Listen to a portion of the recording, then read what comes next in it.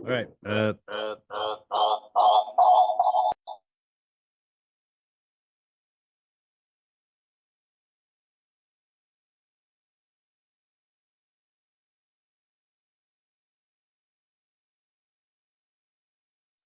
Okay, let's try that again.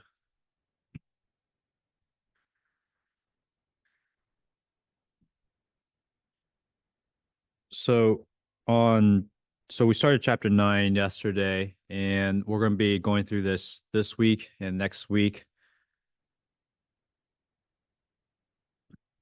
and probably the week after as well. Probably finish it before Thanksgiving and start chapter 10.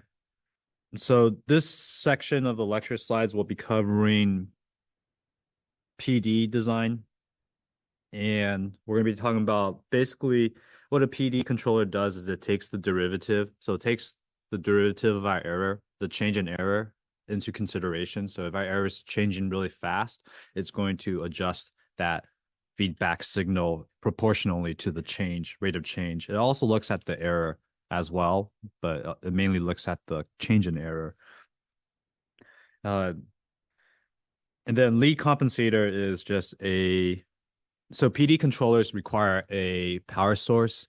Lead compensators are basically are like PD controllers, except they don't require a power source. They're passive, so they use less power. So they're cheaper to design, or they're cheaper to incorporate them into your design, but they're more complicated to design mathematically. And we'll go over that today.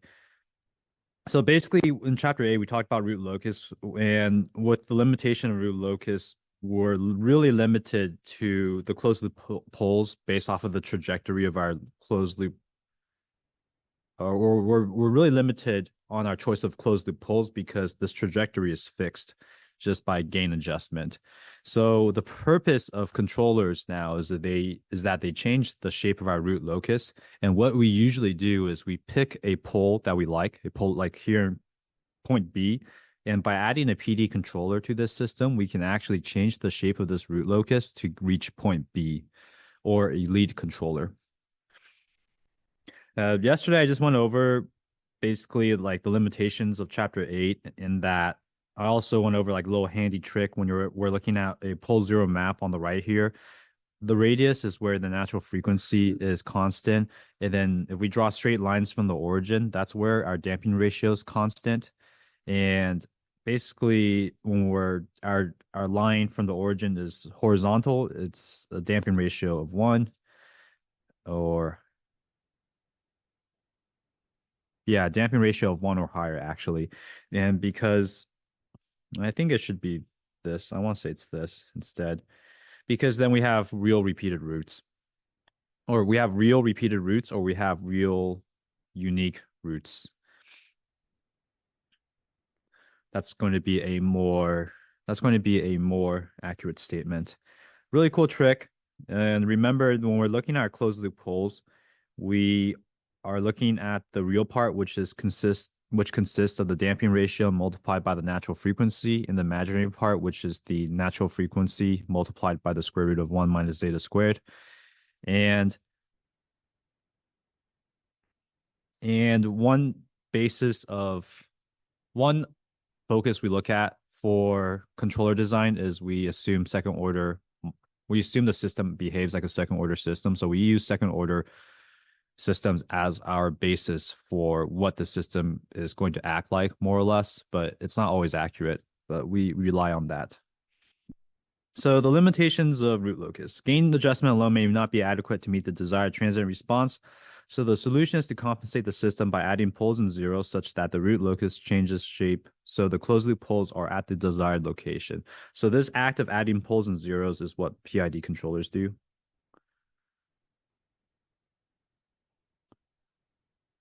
It's also what lead lag compensators do.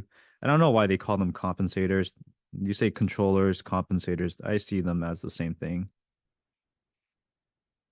And so adding a compensating system before the plant is called cascade configuration, done via active or passive networks. Active is just PID, and passive is lead lag. Passive meaning no electricity. So no electricity. So we can actually get away with this electricity with resistors and capacitors. While PID systems, we typically need electricity, like a computer, a little microcontroller that can basically calculate the derivative and take the integral. Those are PID controllers. Basically, um, like in actual hardware, I would think of the PID system as like literally a mini computer that does these calculations, while passive networks are just a series of resistors and capacitors in.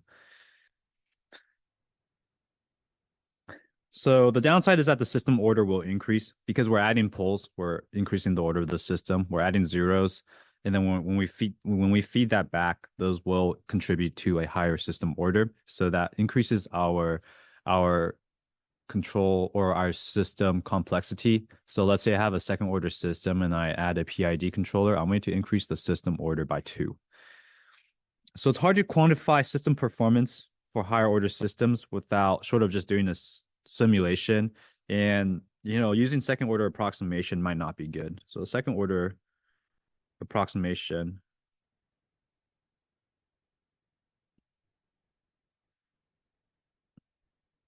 may not be good, may not be accurate. And it's only in this class where we use that second order approximation. In reality, we can just simulate these things on computers and say, like, I added the PID controller. Let's see how the system reacts. And I see the transient response is slow. I'll increase the gain for the derivative controller because we want that we want that change to be faster. If our solution is or if our response is converging very slowly, we do some PI adjustment. We adjust the integral gain. We don't really do this second order approximation by hand. It's just only in this class. But the point of doing it by hand is to understand why, like what each component of the PI, like, or the PD controller does and what it does to the root locus. So that way, when you do go out in the field and someone questions you or your manager asks you, like, why did you do this? You can tell them why. So when we look at our compensator design, there's 2 different types of design. One is called the cascade design, where our controller is before the plant, and then the other one is called feedback design, where our controller is in the feedback loop. And you might have seen the feedback design because I gave you a homework problem called like saying like we have a state feedback controller, and basically the state, what it does is that we observe the states that coming back and we say we don't want these states to be at these points, we want it to be at this point, and then it's going to take the error between these states. Cascade design is where we do PID controller design and lead lag. And the reason why we like that design is because state feedback isn't actually and this is not really something relevant in this class, but it's just more of a big picture. um, State feedback requires you to know every state possible, every state that we is measurable, and that's not actually realistic because in higher order systems, there's going to be thousands of states, and honestly, most of them aren't useful, or if they are, it's just too high order to design a controller out of it. In, instead, um, instead we need to you can use common filters to estimate what the states could be, and then so you could do that. We might do something called observer feedback instead, so we only look at certain crucial states and not all of the states, but it's not really realistic to be able to observe every single possible state. That's the issue of state feedback. The nice thing about PID is that this thing can be unknown, and we don't care because all we're doing is we're taking our output, which is what we have, and comparing it to our input, which is what we want. And with that, we're able to then design. We can just throw on a PID controller and say, all right, work your magic, and we can control the system without knowing what our plant is like. So maybe instead of saying unknown, it can be unknown. Can be unknown, but we can still use a PID controller. And I don't really think that, I mean, lead lag controllers are nice in the sense that they're simple to implement because you don't need active electric components. But in our modern 21st century with Arduinos and Raspberry Pis, it's so easy to throw a PID controller onto these little onto these little um component, like onto these little hardware, like drones, whatever. It doesn't really matter. We're not really limited to we are still limited to hardware like technology, like with batteries, but computers are so powerful now that it's really easy to throw a PID controller onto pretty much anything. I don't think I've ever seen a lead lag controller in real life. I've only seen PID controllers. But anyway, it's still something I think is worth covering. Makes for great exam questions. I know. I know I keep bringing it back, but can't escape it. Maybe one day if you ever teach, you'll become the abuser. It's you have like you power changes people. Anyway. Anyway, so one definition I want to go over is called a proper transfer function. So this is a digression. I don't think it's in the textbook, but I think we should talk about it.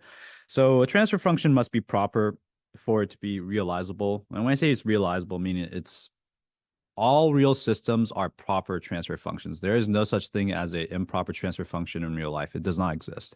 And I guess I'll softly prove it to you. I don't think it's a hard proof. But given a general transfer function here, note that I always like to take the constant out of the highest order term. So I just divide it, and then that constant appears here now instead in the numerator.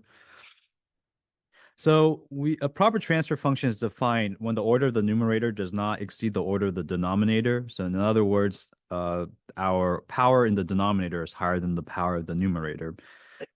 Transfer function is strictly proper when n is greater than m, and the transfer function is improper when m is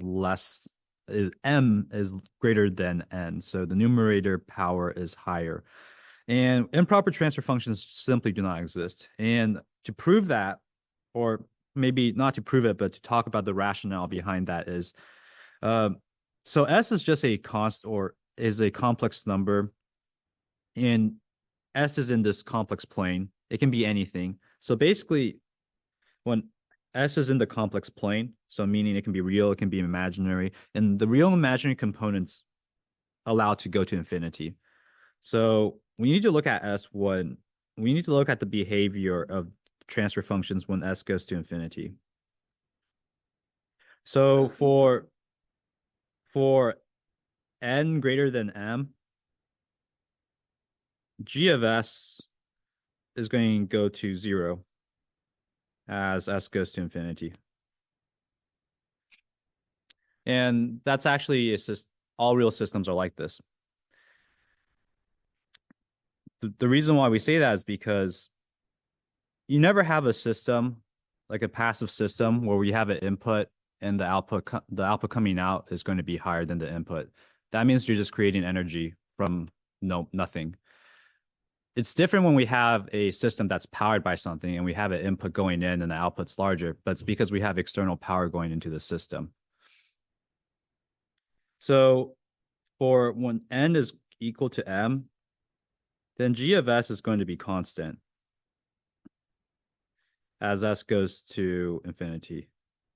Less common, but it's allowed. And then when the system's improper, so when m is greater than n, g of S goes to infinity as S goes to infinity. And that's actually impossible. It's just not possible for this to happen. We don't have a infinite gain system. That just does not exist in real life. This is impossible in real life.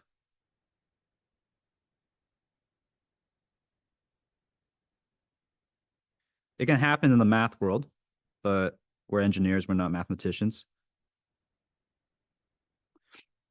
And all real systems. So when I talk about S is a complex number.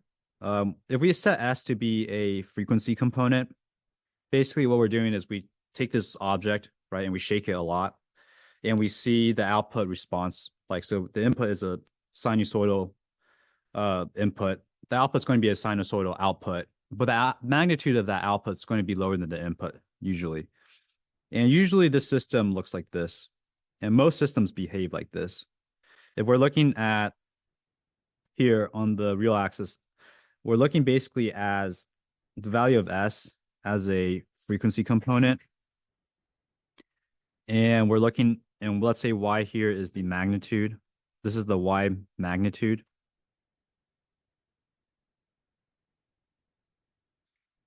Most systems behave like this, where the magnitude is going to be some value, and then it's going to increase as our something as our frequency increases.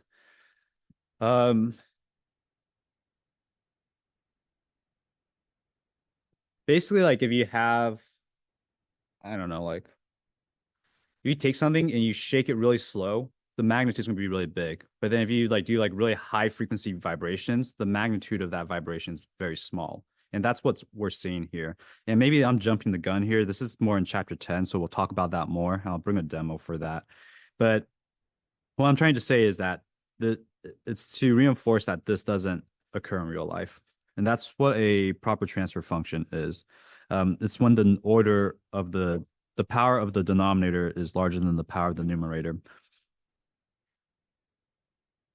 All right. So we're going to talk about PD compensators now, PD controllers. So what it does. So PD, it's also called the ideal compensator design, is when we put the controller here before the plant in the cascade configuration. And it's called the ideal derivative compensation. And the ideal derivative compensation, PD stands for proportional plus derivative, uses error, which is the proportional part, in the derivative of the error to feed into the plant. So it's denoted by this. So the transfer function form of a PD controller is actually just a zero. It's KD times S plus ZC. ZC is going to be the zero, or negative ZC is the location of the zero. S is our derivative term. And this is it. It's pretty simple. So PD compensator is a sum of the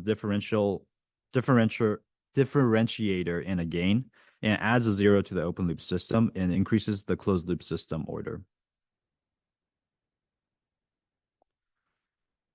Okay, so what I'm going to show you here is this point here is defined as our error from chapter 6, E of S.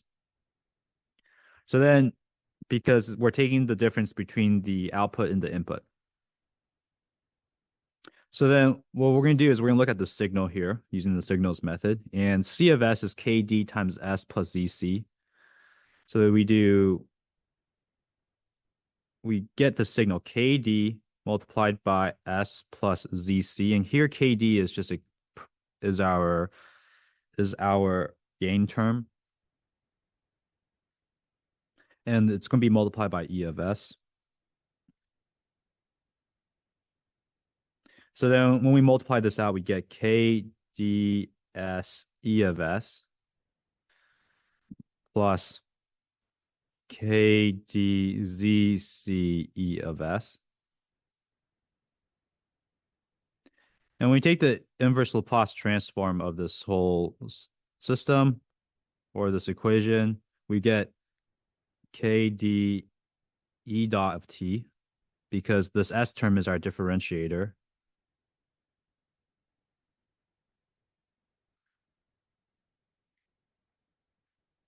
And then we get plus KD multiplied by ZC multiplied by E of T. This KD ZC is just a constant. This is our proportional term. It's scaling error. And this is our differentiator here. Or in this case, this is the derivative. And KD here is going to scale our derivative. So if we want the system to be more sensitive to the derivative, or the change in error, we increase KD. If we want it to be less sensitive, we decrease KD. And basically, it accounts for something if we have a little large spike, and then this E dot term is going to be also really large.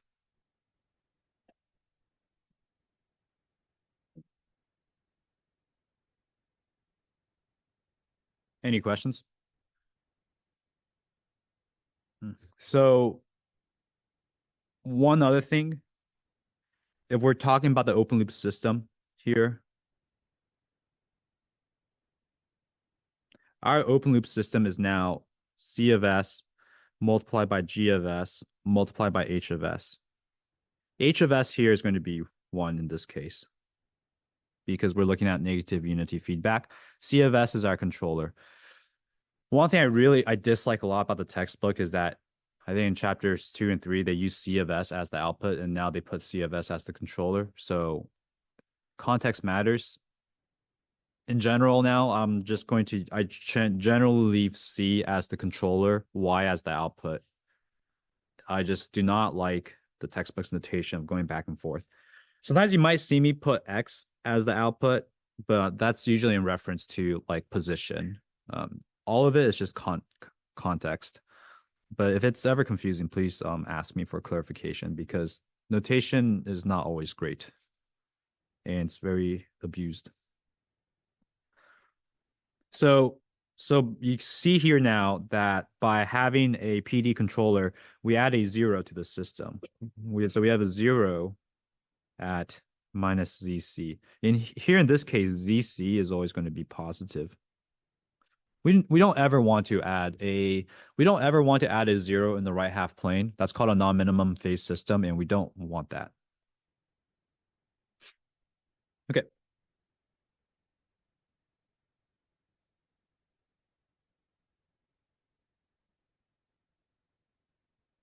All right, so PD compensator design. So PD is reactive to error. Basically, meaning it just reacts to our change in error and increases your phase lead. I don't know why your phase. Oh, yeah. Increases your phase. And it's called a phase lead. And this is going to be covered in chapter 10. Also another reason why I'm trying to rush to chapter 10. Think of phase lead as like something that reduces your delay. Because when you have a feedback system, you're going to have an input. It goes into our system. Then we have output.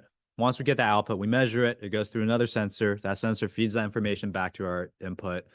There's going to be a lag behind that, and that's called a phase delay or phase lag. So what PD compensators do is they actually decrease your phase lag. So it's called a phase lead system. It reduces that lag. So think of when I say phase lead, think of it as reducing system lag. The one thing it cannot do is it cannot make the system, you cannot have a positive phase lead, meaning that your system is reacting before the input happens. That's actually impossible. That just doesn't work like that. But it does reduce that lag. Now, the input signal is proportional to the size of error and change in error, which is what we just talked about. And what's it's useful for is it's useful in improving the transient response. So usually we make the decay component on the poles larger. The output signal is proportional to the change in error. It requires active circuitry, such as a power source. So it is a noisy process. If the error signal has random fluctuations, high frequency fluctuations, it may be amplified. And it is not designed for improving steady state error. So the main purpose of this is to reduce the transient time. It can reduce steady state error, or it can make it worse, but it's not designed for that. Integral controllers or PI controllers are designed for reducing steady state error. So when I talk about noisy process, let's say our error here is a sine term. Let's say it's just a small sine, like some like A for amplitude sine, I don't know. Yeah, omega t, right? our input's sinusoidal or something's making the system oscillate back and forth. And with a feedback system, we're constantly oscillating back and forth because we're not able to remove this sine term. Then basically, if we take the derivative of this, then we get a omega cosine omega t. Now, if a multiplied by omega is less than 1, we're good. Then we're not making this process then we're not increasing error. But if a times omega is larger than 1, that means this process we're increasing the magnitude of this error here. And because it's not going away, it's a cosine term, it's actually making the system perform worse. Because ideally we want this e dot t to go to 0, but let's say the PD controller is not good enough, because there are scenarios where your PID controllers are not good enough and it cannot remove oscillating error. Then you're actually going to be in a worse spot than when you started, because when a times w is larger than 1, we're just going to make this error term larger and larger, and it's a noisy process. Basically, it amplifies our error signal and it doesn't go away. So this is not good. Not good. And it actually makes your system perform worse, and you can't use PD controllers in this case. You have to use a different kind of controller. Usually what we do is we throw a filter on here to remove that noise before doing like a PD controller. At least in my experience. I'm not sure what other people do. Now, so the effect of this is that basically what PD controllers do is they reshape your root locus and moves your closed loop poles to the desired location. So that's what we're actually doing in relation to root locuses. So our root loci. Yeah. So basically PD controllers will allow us to shape and move the trajectory of our root locus. So, or it moves the trajectory of our closed loop poles to a position where we want it to be. And by doing this, usually we do it to improve the transient response, but it can amplify noise. And it requires active networks, which is more expensive. I think this statement was made like 20 years ago. I think it's not that expensive now. I'll put a question mark. Maybe it's heavier.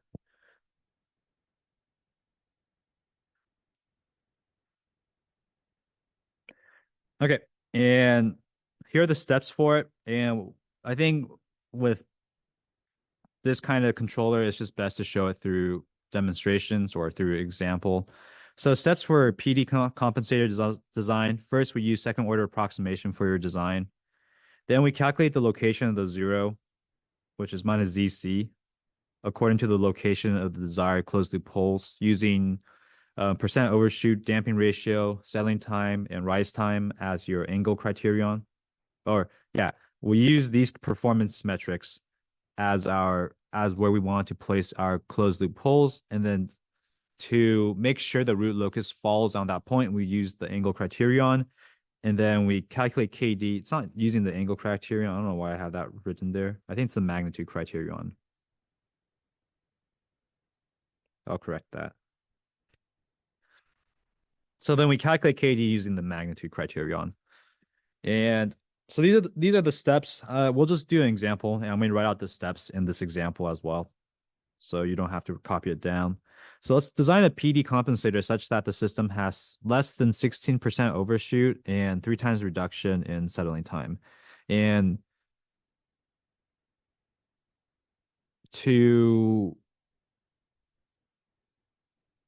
first of all, with this system already, this is a third order system. And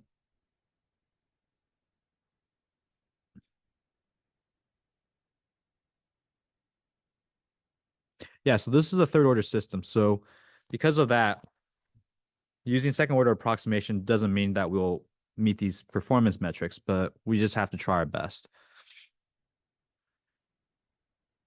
So one thing to note about settling time and percent overshoot gives us what damping ratio we need to be at. So using percent overshoot, we can find the damping ratio. So zeta is equal to, I'll give you the equation right now, negative natural log of percent overshoot divided by 100 divided by square root of pi squared plus ln squared of percent overshoot divided by 100.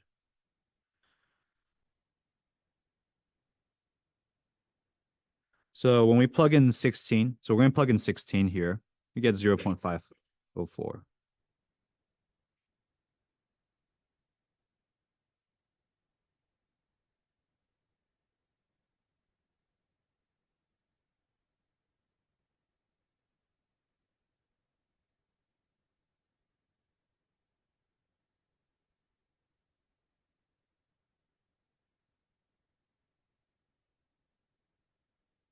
Okay. One other thing to note is that here we're given g of s, which is part of the open loop transfer function before even adding a PD compensator. So we're looking at the uncompensated system. So I would use TU, which is the uncompensated system, is going to be equal to g of s over 1 plus g of s. I'm not going. So in MATLAB, I guess I could do this in MATLAB afterwards, but just for now, taking my word for it. So what we're going to do is I'm going to use the command step info.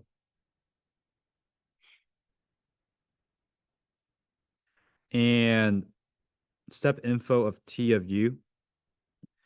And what it returns to me is the settling time. It returns settling time TS. And I'm going to write a U for the uncompensated settling time, which is equal to 3.47 seconds.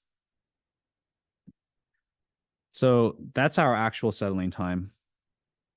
This is from MATLAB.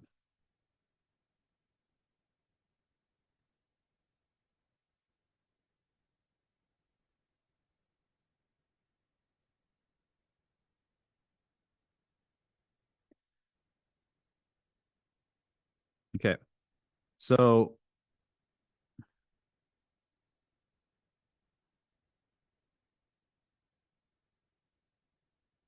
the first step is to use MATLAB to find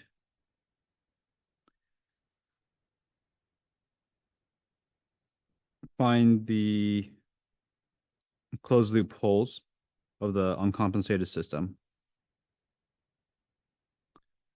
Uncompensated system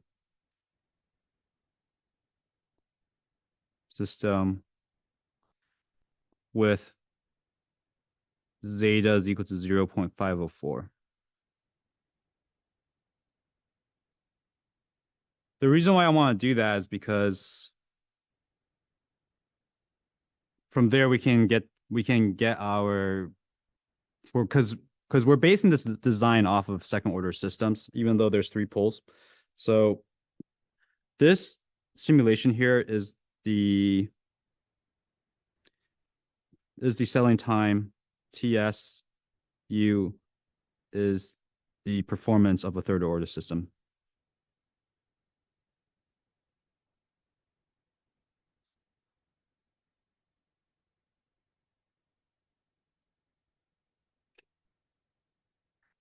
Okay, so I'm just going to draw out the root locus if we were to put this in MATLAB for you. So this is drawn out what it's going to look like. And we have a pole at the origin, pole at -4, and a pole at open loop pole at -6. So we have a closed loop pole going to infinity. And then we have these two poles going towards each other, and they break off and cross the imaginary axis.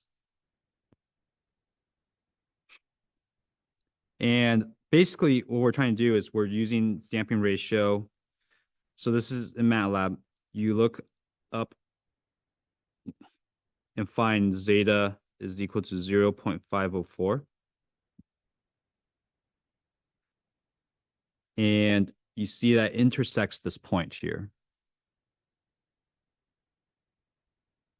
And so this point here is going to be minus 1.205 plus 2.064J with a gain of K is equal to 43.3.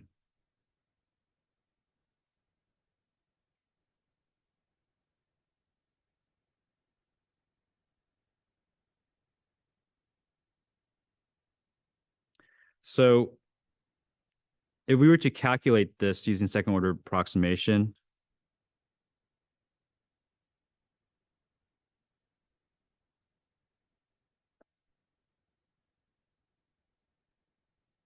our T selling time U is going to be equal to 4 divided by zeta times omega n.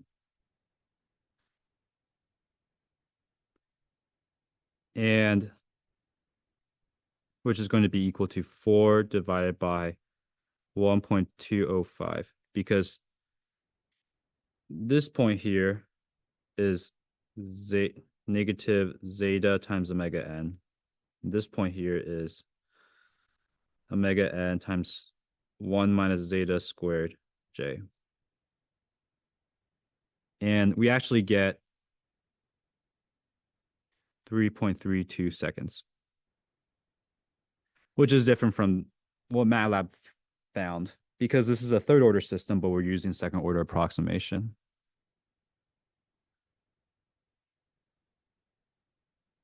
Any questions so far?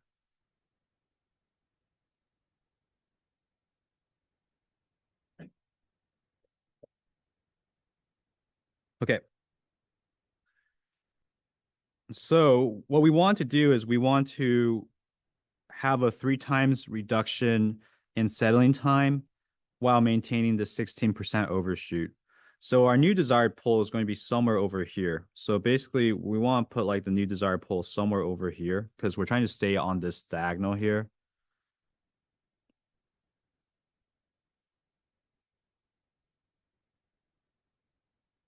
So we want to pass through that point here. So the next step is to find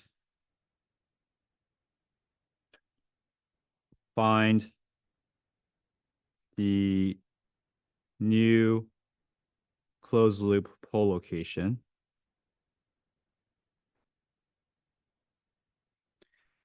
And basically I'm going to use TSC. So the settling time compensated is going to be TSU divided by 3, which is going to be equal to 3.32 divided by 3, which is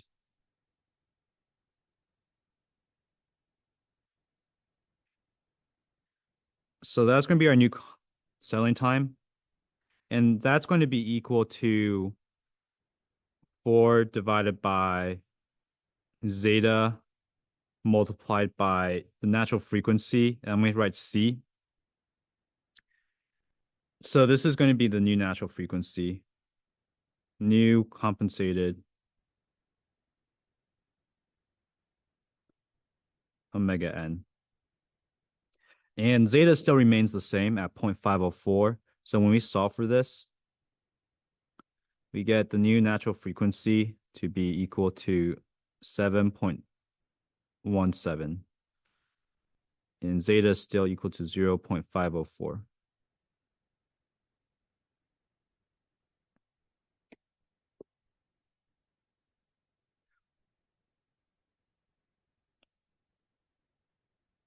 So then our new pole location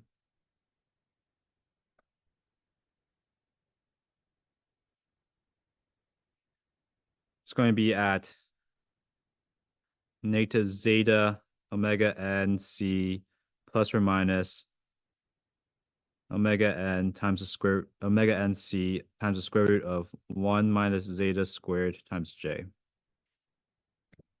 And that's going to be equal to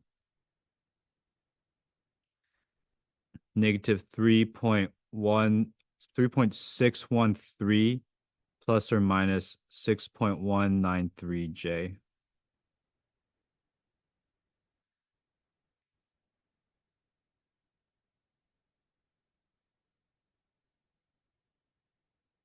So we want this new desired pole to be at this point. Maybe I'll use purple here to match that point that I drew there. So then now we have to add our PD controller to shape this root locus to pass through that point. So add PD controller to reshape the root locus to pass through negative 3.613 plus or minus 6.193 j. So we're going to do that by using the angle criterion to find the location of the zero. So use angle criterion.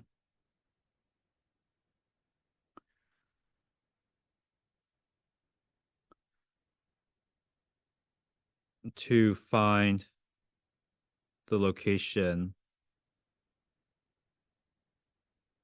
of ZC.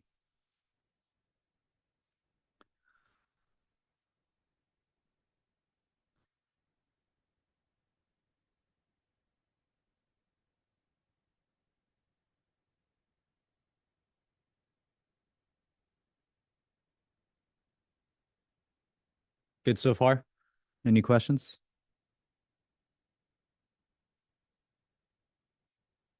Okay, so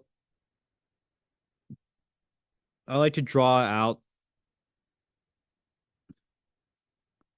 so it makes it a lot easier to find to label all the angles. So we have the imaginary real plane, and we need to draw our poles. So 0, -4, -6. And then our new pole location. So we need to evaluate this point S. I'm gonna put it right here. This point S is at 6.193 j, and it's at minus 3.613.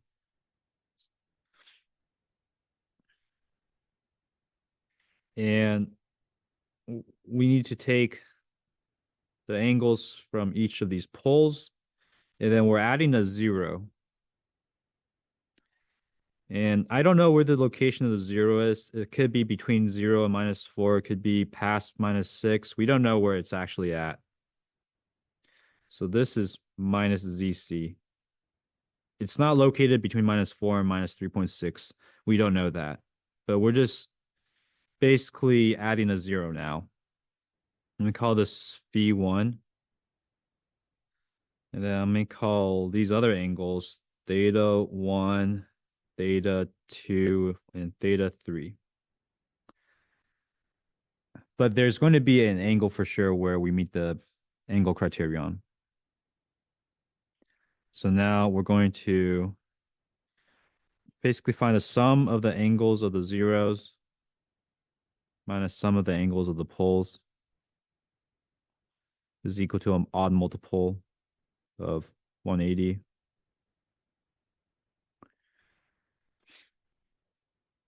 And then, so it's going to be phi1 minus θ1 plus θ2 plus θ3 is equal to 2i plus 1 multiplied by 180 degrees. And so then theta 1 is going to be arctan of our evaluated position at the height minus the pole location height divided by the evaluated position, negative 3.613 minus 0. This is in quadrant 2, so we're going to choose an angle that is in quadrant 2. I think when I did this on my calculator, I got negative 59.75 degrees. That's in quadrant 4. So we add 180 degrees to get 120.25 degrees, which is in quadrant 2. Theta 2 is going to be the same thing, 6.193 minus 0 divided by negative 3.613 minus 4. And this is going to be a acute angle. So it's positive, so we get 86.39 degrees. So quadrant 1. Theta 3. It's going to be the same thing. 6.193 minus 0 divided by negative 3.613 minus 6. It's also a quadrant 1 angle, and we get 68.89 degrees. So then we plug these in, we get phi 1 minus all those terms added up, which is 120.25 plus 86.39 plus 68.89 is equal to 2i plus 1. So actually, I'm just going to give you an angle minus 180 degrees. So I just knew this beforehand to just choose minus 180. And I get phi 1 is equal to 95.6 degrees. So we're trying to get an angle that falls between quadrant 1 and quadrant 2. We want to find an angle between Q1 and Q2.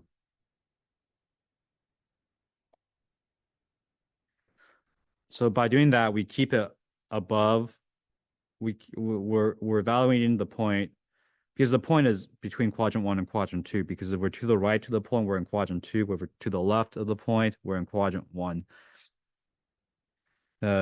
We're not evaluating points down here. That's why we're not choosing angles down there. So now that we know that, we can actually find the location of 0, and we can do that next class. And that will be on Monday. Any questions? All right, thank you. Or no, tomorrow's Thursday. I'll see you tomorrow then. Yeah. No, there's class tomorrow.